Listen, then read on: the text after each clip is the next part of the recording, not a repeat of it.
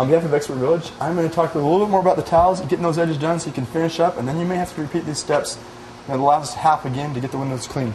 You want to come down the edge using the tip only.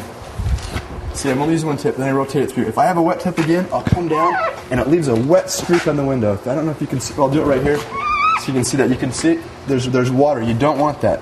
You want a dry edge. And you can hear it if it's squeaking or if it's not. You can listen and smell and use all your senses when you clean the window. It's done, and I'm going to use my blue surgical towel. It's a little bit drier. And do the same thing here. The different types of towels will allow you to do different things, but you do not want to clean the bottom edge. If you clean the bottom edge with that towel, we'll get it, all that moisture down here, we'll get it wet. You can use the very tip of the squeegee and just clean that bottom edge. With the angled out, it's only using that very bottom segment right there to clean the edge. Otherwise, you've got a lot to do. Then I'm going to clean up the edges right here with my wet towel and make sure that the frame looks nice. Otherwise, there's no reason for that. Otherwise, you're going to have a clean window and dirty frames, and it won't look very good. So you want to make sure that's done. All right, thanks. We've got one more segment, and we'll wrap up.